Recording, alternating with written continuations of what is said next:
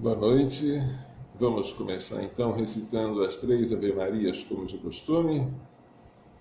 Em nome do Pai, do Filho e do Espírito Santo. Amém. Ó Maria, fazei o meu coração tão puro quanto o vosso, pelo poder que vos deu Deus Pai. Ave Maria, cheia de graça, o Senhor é convosco. Bendita sois vós entre as mulheres, e bendito é o fruto do vosso ventre, Jesus. Santa Maria, Mãe de Deus, rogai por nós, pecadores, agora e na hora da nossa morte. Amém. Pela sabedoria que vos deu Deus Filho. Ave Maria, cheia de graça, o Senhor é convosco. Bendita sois vós entre as mulheres, e bendito é o fruto do vosso ventre, Jesus. Santa Maria, Mãe de Deus, rogai por nós, pecadores, agora e na hora da nossa morte. Amém. Pela misericórdia que vos deu o Espírito Santo. Ave Maria, cheia de graça, o Senhor é convosco. Bendita sois vós entre as mulheres, e bendito é o fruto do vosso ventre, Jesus. Santa Maria, Mãe de Deus, rogai por nós, pecadores, agora e na hora da nossa morte. Amém.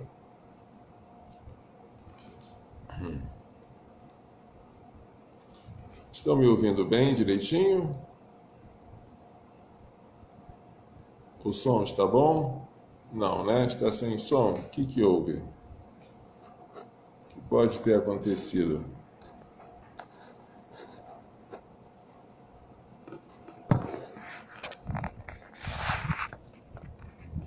Deixa eu ver aqui.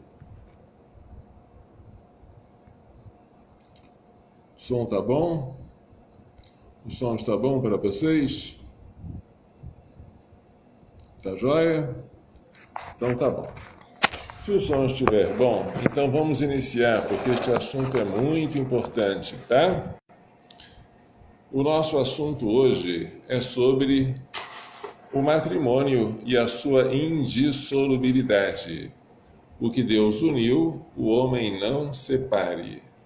Muito, muito importante. Prestem muita atenção, porque esta vai ser uma das lives mais importantes que você já assistiu até hoje em termos de matrimônio, tá? Jesus foi claro: quem despede sua mulher e se casa com outra, comete adultério contra a primeira. E se uma mulher despede o seu marido e se casa com outro, comete adultério também. São Marcos, capítulo 10, versículos 11 a 12. Vejam como é fácil decorar. São Marcos, capítulo 10, versículos 11 a 12. É neste trecho que Jesus, de maneira mais clara e explícita, proíbe o divórcio. O homem não pode separar-se da mulher e casar com outra. A mulher não pode separar-se do homem, do marido, e casar-se com outro. É adultério. O que Deus uniu, o homem não separe. Este trecho é conhecido. Porém, há uma crença de que os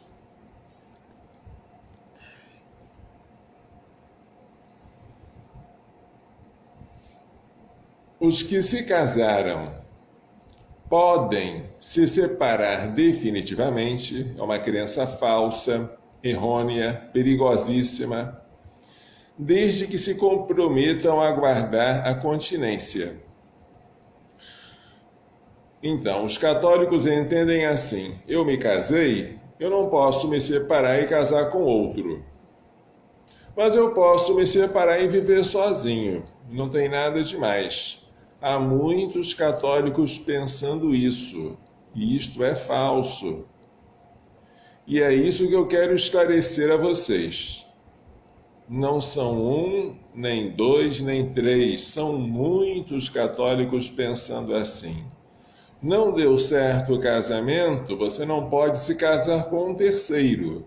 mas pode se separar daquele ou daquela com quem se casou e viver eternamente na continência, sozinho. E acham que isso é certo, que é válido, que é um direito. É falso. E eu vou demonstrar para vocês, tá bom? Dizem eles que em caso de desentendimento ou de incompatibilidade de gênios, quando o casamento não deu certo, a separação seria uma solução. E os cônjuges separados estariam com a consciência tranquila, com a única condição de não cometerem adultério. Tal doutrina é falsa e perniciosa.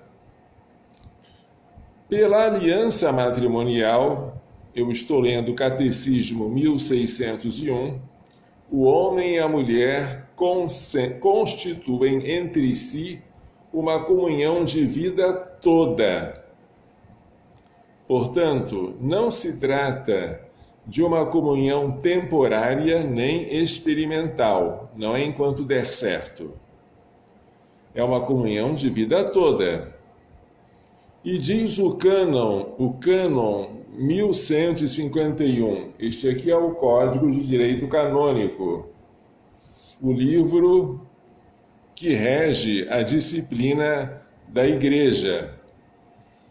O que diz o cânon 1151 do Código de Direito Canônico? Os cônjuges têm o dever e o direito de manter a convivência conjugal, a não ser que causa legítima os excuse.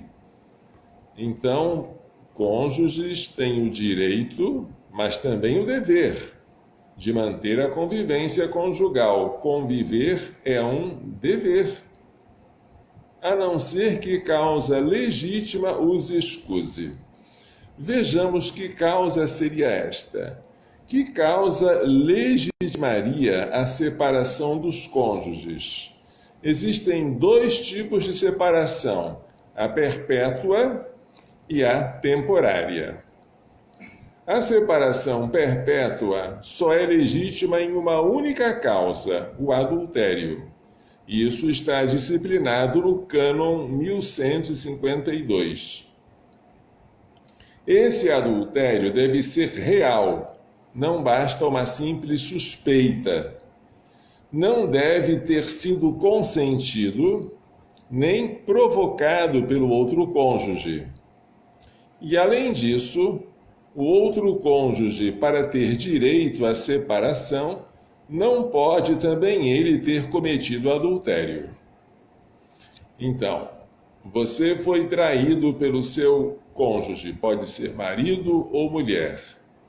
Você não deu causa a este adultério. Você não consentiu nele. Você também não cometeu outro adultério.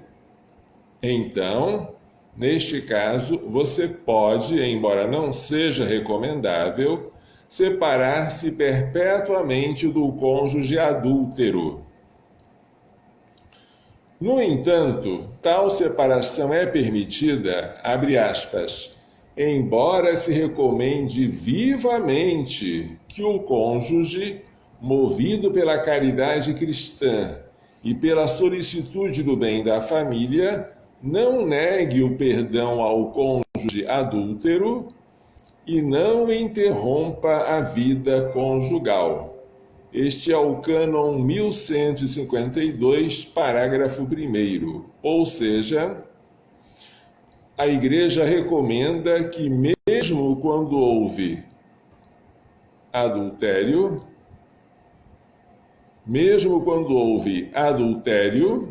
que haja o perdão, a reconciliação e a continuidade da vida conjugal, tá?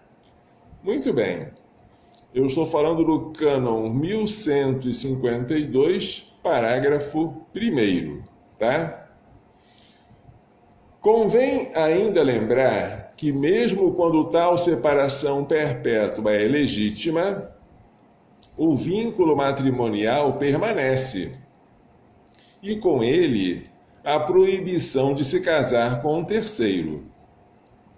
O que cessa é tão somente o direito e o dever da convivência conjugal, tá?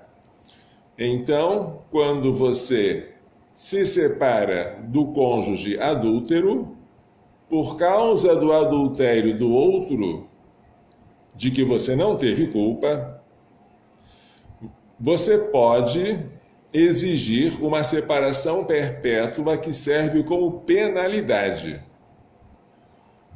Aí cessa o seu direito e o seu dever da convivência conjugal, para sempre. É a única separação perpétua que o direito canônico conhece. Mesmo assim, não é aconselhável. Recomenda-se vivamente que o cônjuge perdoe o outro que cometeu adultério e que não interrompa a convivência conjugal. Assim diz o cânon 152, 1152, parágrafo 1º. Tá bom? Bem, excetuando o adultério, as outras causas são de separação temporária. Todas. Assim ensina o canonista Padre Jesus Hortal. Vamos ler um livrinho dele aqui. Este livro aqui, O que Deus Uniu, do Padre Jesus Hortal, é o que eu vou citar agora para vocês. Na separação perpétua, há sempre um elemento de culpabilidade, enquanto na temporária o que conta é a periculosidade. Por isso, na separação perpétua, cessa o direito do cônjuge culpável. Na temporária, fica suspenso enquanto perdurar a periculosidade. Por isso, prossegue o Padre Jesus Hortal, por isso também a separação temporária não dura mais ou menos de acordo com a gravidade dos fatos invocados, mas apenas segundo a permanência ou não do perigo. Ou seja, está havendo um perigo, então você separa enquanto houver perigo. A separação temporária é uma medida de segurança e a separação perpétua é uma pena. Pena por quê? Pena por causa do adultério do outro cônjuge. É a única que é perpétua. Todas as outras são medidas de segurança. Medida de segurança não é pena, é apenas uma proteção contra um perigo. Se um louco comete um homicídio, ele não vai cumprir pena pelo homicídio que cometeu. Se ele é louco, ele não merece castigo, mas ele vai ser confinado, vai ser preso, não como castigo, mas como medida de segurança, para evitar que ele venha a cometer novos homicídios. Quanto tempo ele vai ficar preso? Enquanto durar o perigo, não sabemos. Pode ser um mês, pode ser 10 anos. Medida de segurança não tem prazo. Dura enquanto durar o perigo. Acabou o perigo? Pode deixá-lo em liberdade agora. Entenderam? É a mesma coisa no caso da separação temporária. A separação temporária, que não é pena, é uma medida de segurança, está disciplinada pelo cânon 1153. Parágrafo 1º. Se um dos cônjuges é causa de grave perigo para a alma ou para o corpo do outro cônjuge, ou dos filhos, ou de outra forma torna muito difícil a convivência, está oferecendo ao outro causa legítima de separação por decreto do ordinário local e, havendo perigo na demora, também por autoridade própria. Parágrafo 2º. Em todos os casos, cessando a causa da separação, deve-se restaurar a convivência, salvo determinação contrária da autoridade eclesiástica. Salvo determinação da autoridade eclesiástica. Há perigo? Separem enquanto houver o perigo. Terminou o perigo? Restaura a convivência. Esta é a regra. O que seria grave perigo para a alma, do qual fala esse cânon? Por exemplo, a obstinação, a teimosia, a pertinácia em praticar com o cônjuge atos antinaturais, o onanismo ou o coito interrompido, a sodomia ou o coito anal. Isso é um perigo para a alma do outro cônjuge. Ou a obstinação em impedir o cumprimento de seus deveres religiosos. Obstinação em proibir que ele reze, que ele vá à missa. É um perigo para a alma. Grave perigo para o corpo seria, por exemplo, ameaça de morte, ferimentos graves ou doença contagiosa. Isso legislaria uma separação temporária, enquanto durar o perigo. Grave dificuldade na convivência conjugal seria, por exemplo, a adesão a uma seita acatólica, a educação acatólica da prole, a provocação do aborto na prole concebida, maus tratos reiterados, e isso seria grave dificuldade na convivência conjugal. Em todos os casos, a separação temporária deve ser o único meio, ou pelo menos o mais eficaz de evitar o perigo. Certo? Muito bem. Se a separação temporária ela não é uma pena, então não adianta você dizer, eu vou ficar separado muito tempo porque a minha mulher cometeu uma coisa horrível. Não, não é pena. É medida de segurança. Você vai separar dela enquanto durar o perigo. Acabou o perigo, volta. Eu vou separar do meu marido muito tempo porque o que ele fez comigo foi terrível. Não é pena.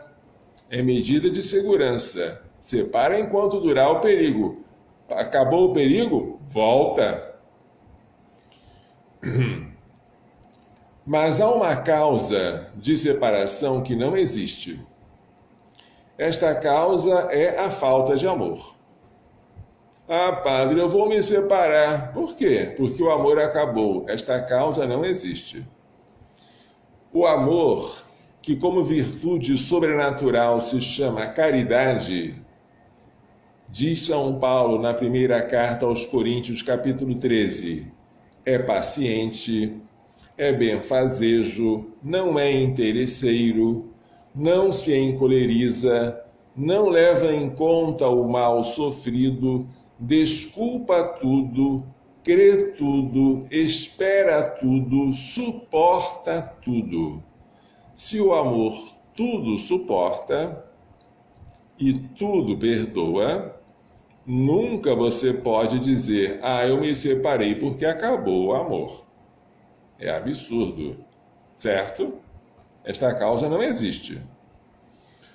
Seria absurdo, para não dizer vergonhoso, que um cônjuge procurasse um sacerdote desejando separar-se porque o amor acabou. Ora, o amor não se reduz à emoção inicial do casamento. Como caridade, em grego agape, o amor jamais acabará. 1 aos Coríntios 13, 8.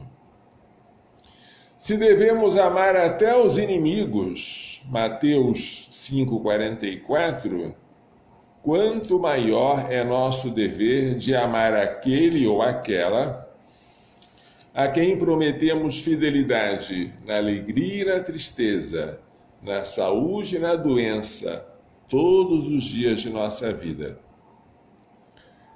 A separação temporária nunca pode ocorrer pela ausência de amor, mas pela presença de um perigo. E a convivência deve retornar tão logo cesse o perigo. São Paulo, conhecedor da natureza humana, dava a seguinte orientação aos cônjuges. Vou ler agora o capítulo 7 da primeira carta aos Coríntios, que trata do matrimônio e da virgindade. Não vos recuseis um ao outro, a não ser de comum acordo e por algum tempo, para vos entregardes à oração. Voltai depois à convivência normal, para que Satanás não vos tente, por vossa falta de domínio próprio. 1 aos Coríntios 7:15. Olha que coisa, isto se chama débito conjugal. O cônjuge não pode rejeitar o pedido do outro de praticar o ato conjugal, a menos que haja uma razão grave. Por quê? Porque quando os dois se casam, o corpo de um pertence ao outro. Se um rejeita dar ao outro o que é dele, está cometendo um pecado contra a justiça. A justiça manda dar a cada um aquilo que tem direito. E você está negando esse direito. E quando você nega esse direito sem um motivo grave, que pode ser uma doença, uma dor, pode ser a embriaguez do outro, quando você nega o débito conjugal sem motivo grave, e se por causa da sua negativa o seu cônjuge vai cometer um pecado contra a castidade, que pode ser de 1000 maneiras, pode ser o pecado solitário da masturbação, pode ser um adultério, você também vai ser culpado, porque você deu causa. Ele pediu, você rejeitou, e aí ele cometeu o pecado. O pecado dele é pecado, mas você tem uma parcela na culpa. Muito cuidado com o pecado de rejeitar o débito conjugal, porque débito é débito. A gente só deixa de dar o que é devido quando não pode. Devo, não nego, pago quando puder. É assim que a gente fala quando deve alguma coisa, mas não tem dinheiro. Mas podendo e devendo, você paga. Não é assim? São Paulo percebia que até para os casais casados, cristãos, em estado de graça, em harmonia, como era perigoso eles ficarem muito tempo separados um do outro. Não é? Se a abstinência sexual pode ser perigosa até para casais em estado de graça, imagine-se o perigo do adultério se um dos dois é alcoólatra, se tem más companhias, ou se está passando por uma crise espiritual. É agora que ele precisa mais da sua convivência. Indicar a separação, ainda como temporária, como a solução para um conflito conjugal é uma loucura. E tal loucura se encontra com frequência em sacerdotes que pensam de maneira simplista que o meio de trazer a paz é separar os que estão em conflito. Estão brigando? Vamos separar e vai haver paz.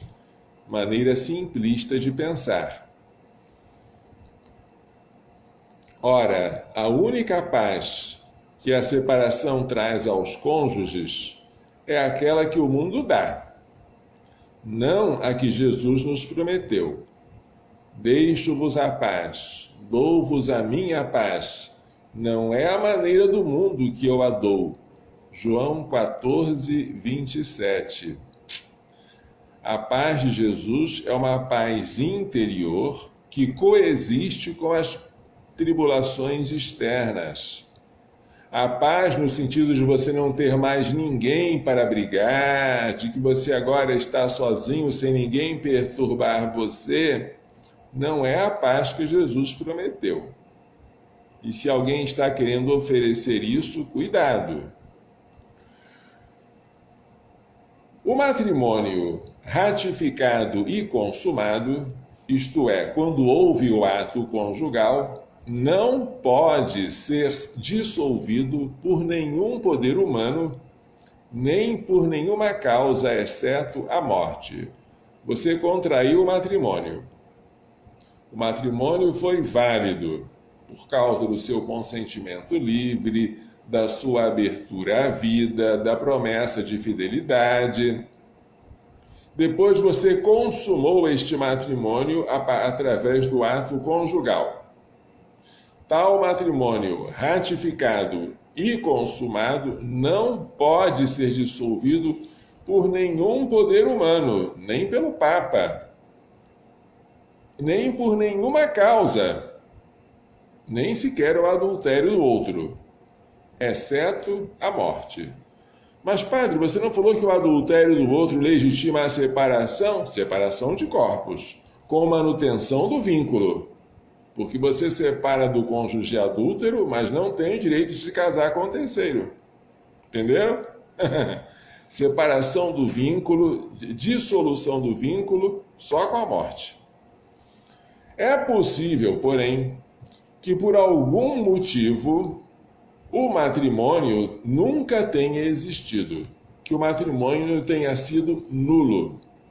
Qual é o motivo que poderia ter tornado o matrimônio nulo desde o início, não depois, na hora em que ele foi celebrado? Pode ser um impedimento dirimente, algum impedimento que torne o matrimônio nulo. Exemplo, consanguinidade. Você se casou com o seu irmão ou com a sua irmã. É nulo esse matrimônio. Ou então, absurdo, casamento de pai com filha. Nulo. Consanguinidade. Falta de idade. Você casou sem a idade canônica para poder contrair o matrimônio válido. É nulo. Matrimônio anterior. Você se casou já sendo casado com outra pessoa. É nulo. É o impedimento de vínculo. Então, se você se casou com algum impedimento dirimente, este casamento foi nulo, ele nunca existiu. Pode ser também que você tenha se casado com vício de consentimento. Você se casou com coação, forçado. Você se casou com medo grave, não um medinho qualquer que você sente na hora do casamento, não. Você casou com a falta de intenção de ser fiel por toda a vida. Muito cuidado, porque o padre faz uma entrevista com você, manda você jurar perante a Bíblia, né? E depois de jurar, interroga você e a sua noiva e faz perguntas. Você quer se casar por toda a vida? Você sabe que o divórcio civil não anula o matrimônio, não dissolve. Você está disposto a querer ter filhos, tal. Mas se apesar dessa entrevista que o padre fez, apesar das perguntas que você ouviu durante a celebração, quereis receber com amor os filhos que Deus vos confiar, educando-os na lei de Cristo e da Igreja, apesar das perguntas, né? Vós prometeis fidelidade por toda a vida, apesar de tudo isso, você, por perturbação mental, por falta de atenção, ou então por falta de sinceridade, você disse dentro de si, não, eu só quero me casar enquanto der certo, não quero que seja por toda a vida, não. Se faltou esta intenção de ser fiel por toda a vida, se faltou a abertura à fecundidade, se você desde o início tinha a intenção de nunca ter filhos, mesmo que fosse, presta atenção, hein? Usando o método natural. Você já casou com a intenção, olha, nós não vamos nunca ter filho, a gente vai usar a continência periódica para não procriar jamais. Matrimônio nulo. Se você se casou pensando, olha, a gente vai se casar, mas a gente não vai ter filho nunca, seja pela laqueadura, seja pela vasectomia, seja pelo uso perpétuo de anticoncepcionais, a gente nunca vai ter filhos. Ou se um dos dois pensou isso, matrimônio nulo, tá? Foi um vício de consentimento. exclusão radical da fecundidade. Se você tinha a intenção de ter filhos, mas não por hora, né?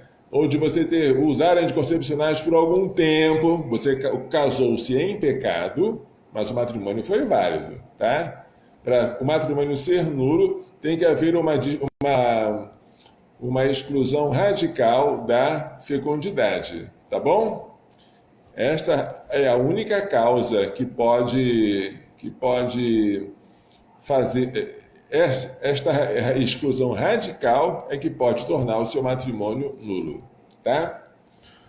Muito bem. Pode haver também um defeito de forma. O que é um defeito de forma? A forma que torna o matrimônio válido é a presença de um sacerdote e duas testemunhas. Faltou o sacerdote. Faltaram duas testemunhas para assinarem lá naquele momento, né?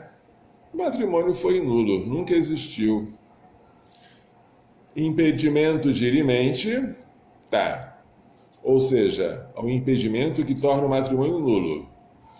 Vício de consentimento, que faz com que você não se case querendo aquilo que o matrimônio significa.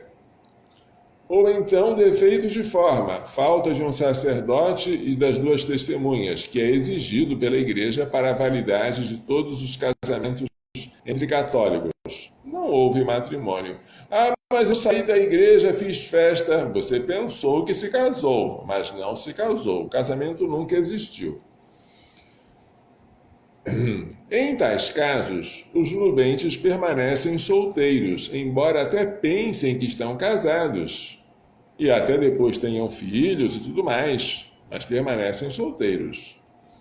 A igreja não anula matrimônios que tenham sido válidos.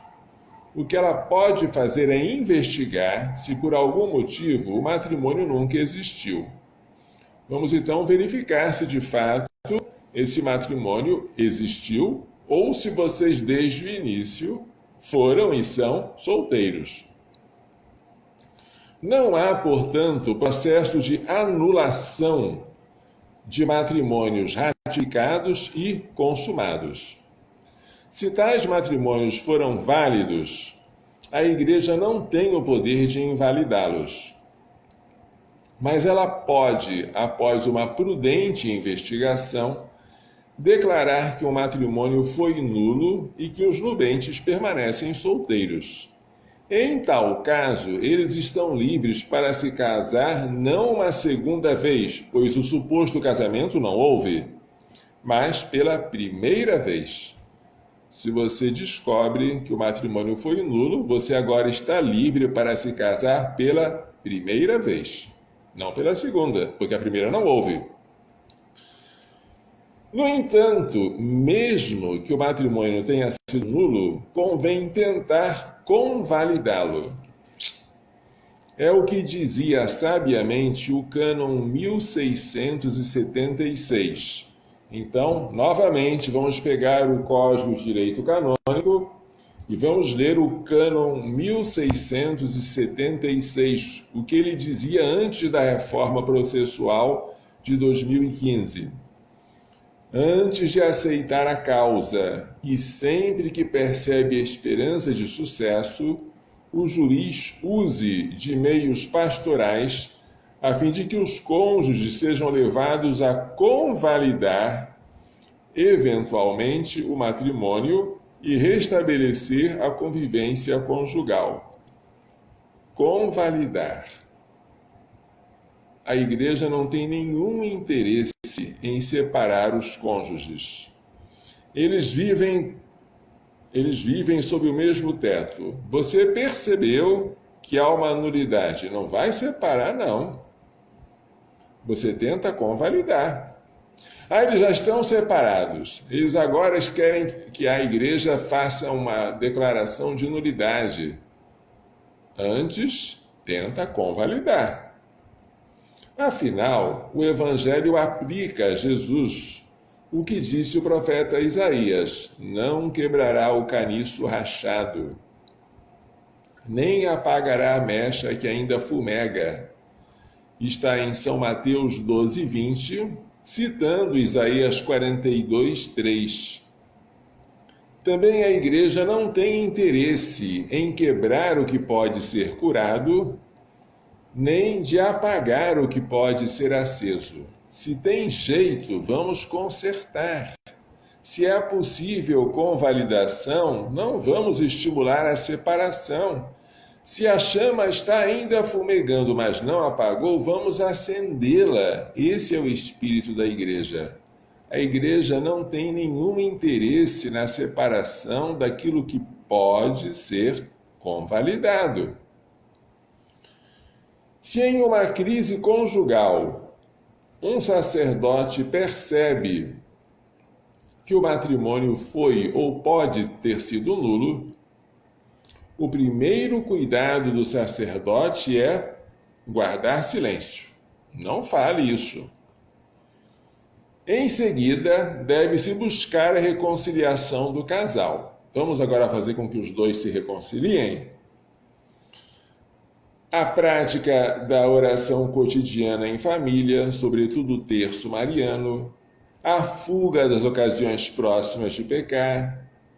Depois disso, agora os dois já estão bem, já estão reconciliados, estão rezando juntos, estão indo à missa, estão fugindo das ocasiões, tudo ok? Depois disso, se a dúvida sobre a nulidade persistir, o padre pode sugerir a convalidação do matrimônio. Aí ele explica, olha, vocês já estão vivendo muito bem, eu não quis avisar para vocês, porque não tinha nenhum interesse nisso, mas há uma possibilidade de o matrimônio de vocês ter sido nulo. Vamos fazer uma convalidação?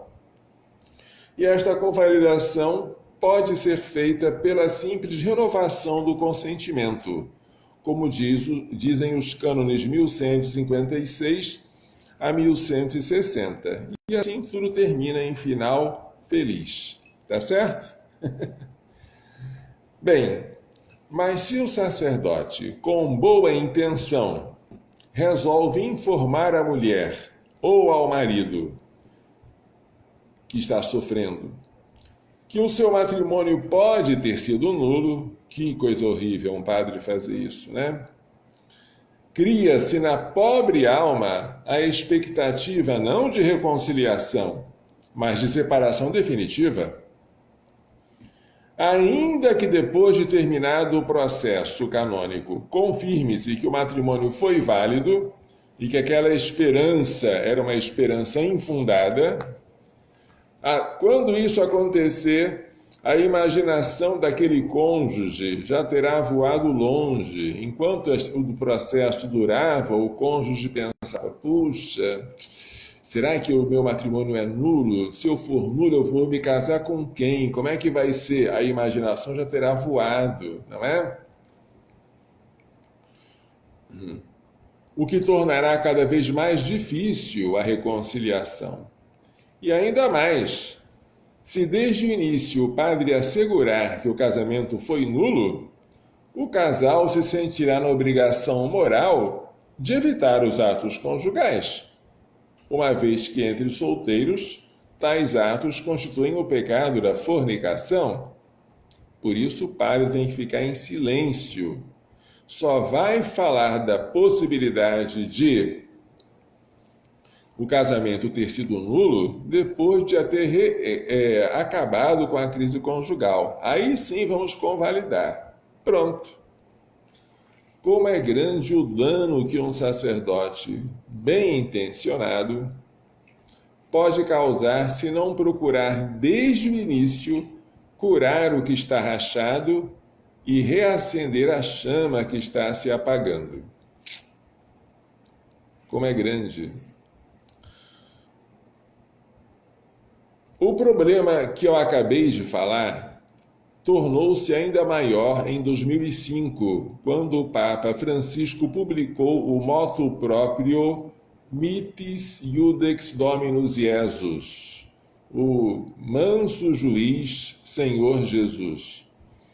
É um motu proprio, um documento publicado por sua própria iniciativa, que mudou radicalmente as normas processuais relativas às causas de nulidade matrimonial. Antes, era necessário que a sentença de primeiro grau fosse confirmada pelo Tribunal de Apelação. E se houvesse divergência entre a primeira sentença e a segunda, quem iria decidir seria o Tribunal da Rota Romana, lá na Santa Sé. Então havia necessidade de haver duas sentenças conformes, ou a de primeiro grau, confirmada pelo Tribunal de Apelação, ou, se houvesse divergência, a Rota Romana iria desempatar. Até 2015 era assim. Agora, com a reforma processual, a sentença que primeiro tiver declarado nulo o matrimônio torna-se executiva. Esta é a redação nova do cânon 1679. Isto é, a sentença dá imediatamente às partes o direito de se casarem com terceiros. Olha, uma sentença de primeiro grau, sem confirmação no Tribunal de Apelação, já dá o direito de você se casar com uma outra pessoa. Isso tornou mais ágil o processo, você não tem que esperar. Mas também diminuiu muito a segurança contra erros de julgamento, porque os juízes podem errar e o tribunal serviria para evitar esses erros.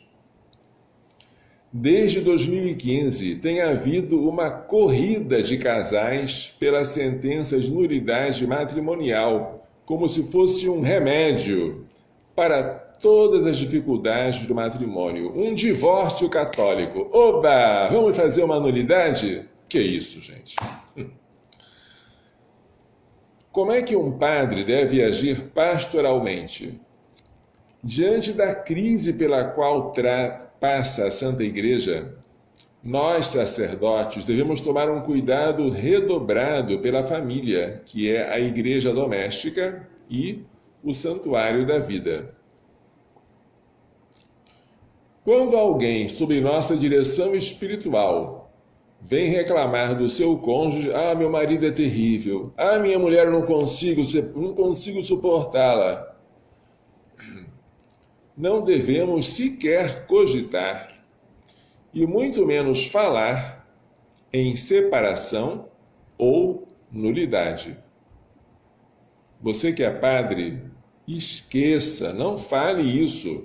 Não tente apagar a mecha que ainda fumega, nem quebrar a cana rachada, por favor. Se tem remédio, vamos remediar. Em vez de nos concentrarmos na culpa do cônjuge, meu filho, o que foi que essa mulher fez? Por que ela é tão má assim? Minha filha, o que seu marido fez? Ele é tão horrível, o que houve? Em vez de nos concentrarmos na culpa do cônjuge, devemos perguntar ao dirigido o que ele tem feito para ser um bom marido? O que ela tem feito para ser uma boa mulher? Devemos lembrá-lo de que ele deve amar o cônjuge não somente por aquilo que dele recebe, mas por ele mesmo, por poder enriquecê-lo com o dom de si próprio. Que coisa linda! Amá-lo por aquilo que ele é, para poder enriquecê-lo, certo? Não só por aquilo que você recebe dele, porque isso é uma espécie, camuflado ou não, de egoísmo. Eu estou citando aqui um trecho da encíclica Humane Vitae, de São João Paulo II, de 1968. Devemos aconselhá-lo, o cônjuge que está em crise, que está reclamando do outro, a rezar, a chamar diariamente o outro para rezar o terço em família. Mas não adianta, ele não vai aceitar, mesmo que seja só para ouvir não, chama. Devemos citar a célebre frase de São João da Cruz: onde não há amor, põe amor e encontrarás amor. Descobriu que ele não ama? Que tal você amar? O amor tudo suporta, gente. Mas eu não sabia. Você sabia que você, quando casou, iria Você sabia que você, quando casou, estava assinando um cheque em branco. Você não sabia qual era o valor que o seu cônjuge ia escrever lá. Mas você deixou o espaço em branco. Você não imaginou que fosse um valor tão alto. Mas o matrimônio é para heróis, né? O matrimônio é muito difícil. Ser padre, eu considero uma vocação fácil, em comparação com o matrimônio, porque eu me caso com alguém fiel, que é a igreja, que não tem defeitos. A freira, ela é uma mulher muito feliz, porque ela tem um marido perfeito, que é Jesus. Mas, se você se casa com uma pessoa que não tem essa perfeição, que é imperfeita como você tem que superar isso pelo amor. E a caridade tudo suporta. De um conselho sacerdotal bom ou mau, pode resultar a salvação ou a ruína de uma família. Como é grande a nossa responsabilidade e como será severo o nosso juízo. Só para terminar, eu vou contar um caso real, né? Sem citar o nome, evidentemente, de uma grande amiga minha, que hoje está muito bem, com seu marido e seus filhos, que num momento de crise conjugal ouviu falar de uma tal de nulidade matrimonial e falou: padre, eu nunca pensei em me separar do meu marido, mas depois eu comecei a ver uma luz no fim do túnel, que era essa tal da nulidade. Aí eu falei com essa pessoa: não pensa nisso. Mas, padre, o que eu faço? O que Deus uniu, o homem não separe. Sim, padre, mas e se eu não aguentar? E ela insistia muito: padre, e se não der certo, padre? E se eu não suportar? E como ela falava muito, então eu dei a seguinte resposta: se você não aguentar, você pega a sua certidão de batismo, rasga e diz assim: eu não sou mais digna da vida eterna. Aí ela se assustou, nunca mais falou de nulidade matrimonial. Depois de alguns meses ela veio dizer: ô padre, obrigado, não era nada daquilo. A gente agora já está rezando junto, né? Então houve a reconciliação, houve novos filhos, houve a participação da Santa Missa, houve oração em comum. Tudo aconteceu porque eu, padre, naquele momento, não quis levar em conta essa tal de nulidade, nem quis perguntar: como é que foi seu casamento? Você casou forçada? Você tinha idade? Você casou querendo ter filhos ou não? Como é que foi seu... Eu não fiz perguntas para não alimentar a imaginação dela, não quis pensar nisso e tudo deu certo. Então, queridos padres, não pensem na nulidade como se ela fosse um remédio, muito menos um remédio para todos os males. Queridos cônjuges, não procurem nulidade nem separação, tá? Como se isso fosse solução. A solução é o amor. E o amor tudo suporta. E não pensem que separando vocês estão agradando a Deus. Mesmo separando sem contrair matrimônio com um terceiro, se essa separação não foi por causa de um adultério, se foi por outro motivo, ela não é perpétua, ela é temporária, e é só enquanto durar o perigo. Se o perigo acabou e você não quer receber o outro, você é culpado se o outro, por causa da sua não convivência, cometer adultério. Cuidado, hein? Cuidado com essa ideia simplista. Não deu certo, a gente se separa e não se casa com terceiros, tudo bem. Isso não existe na Igreja Una, Santa, Católica e Apostólica. O casamento é para sempre. Portanto, não pensem na nulidade, que perpétua é só em caso de adultério e todos os outros é temporária enquanto durar o perigo. Não pensem nisso. Não pensem também em nulidade, porque nulidade a gente só pensa nela quando a coisa já estragou de tal modo, já se casou com uma outra, a outra já casou com outro e já tem filhos de uma segunda união, já está uma bagunça enorme. Dificilmente você conseguiria convalidar, reconciliar. Aí você pode até pensar, será que o primeiro casamento, né, foi de fato válido? Você pode aí verificar, porque você não tem nada a perder. Mas enquanto você pode fazer reconciliação, enquanto você pode, não queira apagar a mecha que ainda fumega, não queira quebrar a cana rachada. Gente, matrimônio é para sempre. Se vier na cabecinha de vocês alguma vez uma palavrinha proibida, que é separação, e uma outra horrível, né, divórcio, excomunguem. Exorcizem. Pensem, eu não me casei para isso. Me casei para ser fiel até a morte. E chega. Não deixe que essas coisas ficam entrando na sua cabecinha. E se algum sacerdote fala coisas diferentes disso que eu estou falando, se algum sacerdote fala, não aceitem porque parece que é mais fácil. A verdade é que liberta. O que liberta não é a falsidade. A falsidade pode ser atraente, mas é falsa. A verdade pode parecer dura, mas ela é a verdade, gente. E é ela que vai nos libertar. Tá bom?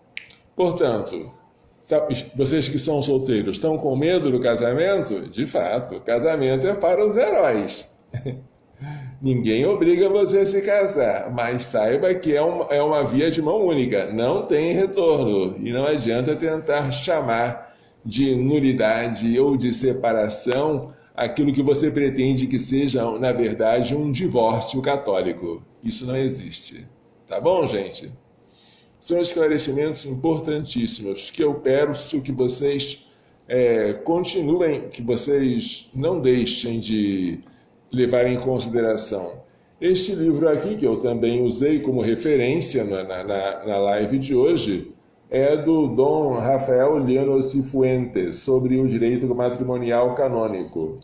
Além desse que eu também usei com vocês, que é O que Deus Uniu, né, do Padre Jesus Hortal. Tá? Li para vocês também vários cânones do Código de Direito Canônico, que estão aqui, tá bom?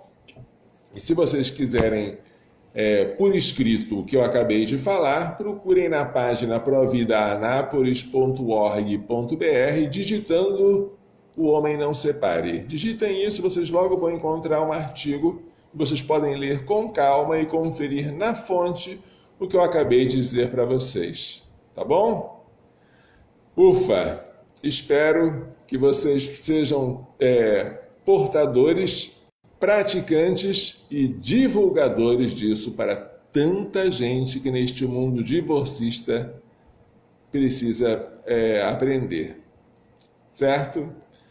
Aquilo que Deus uniu, o homem não separe. Cristo não se separa da igreja, a igreja não se separa de Cristo, a mulher e o marido são uma só carne. Vamos terminar dando a bênção, então? O Senhor esteja convosco. Pela imposição de minhas mãos sacerdotais e pela invocação da bem-aventurada sempre Virgem Maria, de São José, seu castíssimo esposo, de São Luís Gonzaga, de São Luís Maria Guilhom de Montfort, de Santa Helena Beretta Mola, de São Miguel, São Gabriel, São Rafael, de todos os anjos e santos, abençoe-os, proteja-vos e guarde-os, difunda a bênção do céu e da terra, Deus Todo-Poderoso, Pai, Filho e Espírito Santo. Amém. Coração Imaculado de Maria, livrai-nos da maldição do aborto. Tchau!